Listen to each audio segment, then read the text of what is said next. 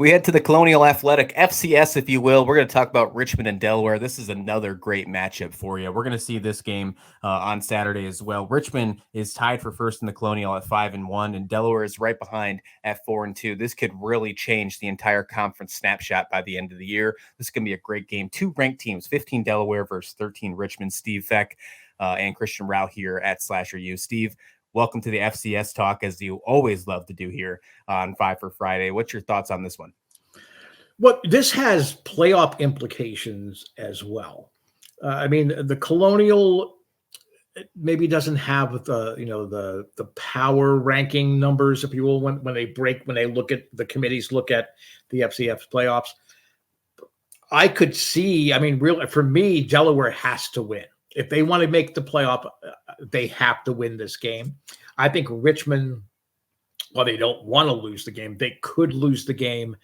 And just basically on the strength of the analytics, they would be able to secure some kind of playoff. They'd have to play, a higher seed, certainly, if they would lose this game. But Delaware has a history of producing professional quarterbacks. You might have heard of a guy named Joe Flacco. Once or twice. Yeah. So there's a lot of quarterbacks that you can tap into.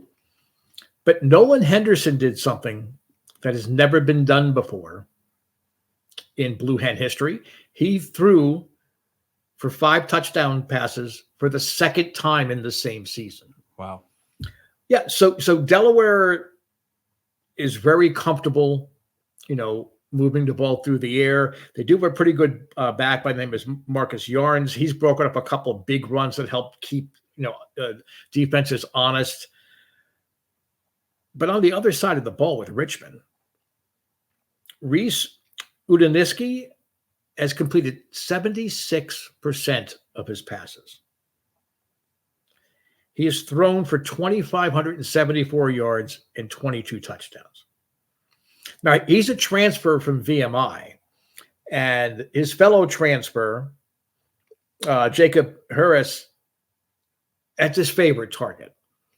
And Harris, within the Colonial, is among the leaders in total receiving yards per game. But when they want to go for a big play or they want to get a big first down, it's that VMI connection at Richmond that's getting it done.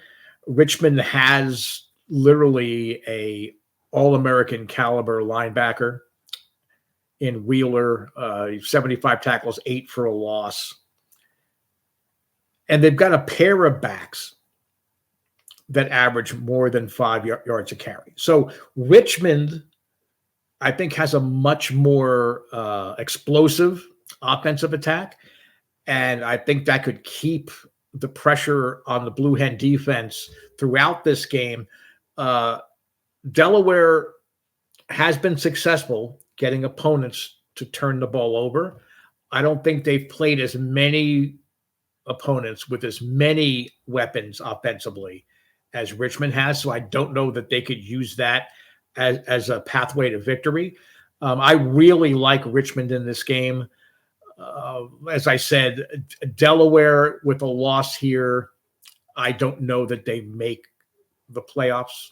They'd have to have some pretty strong performances down the stretch in their other games to just kind of keep their at-large berth hopes alive. But I really like Richmond in this game. I would probably even say go the over in this game because I think both teams are going to be capable of putting up points. But I think Richmond is going to strike a little bit more often, especially as the game wears down and the Blue Hens defense has been on the field too long. If they wear down a little bit, I see Richmond taking control of this game and eliminating Delaware's playoff hopes. Richmond is only one of 3 teams in the Colonial who are undefeated at home still.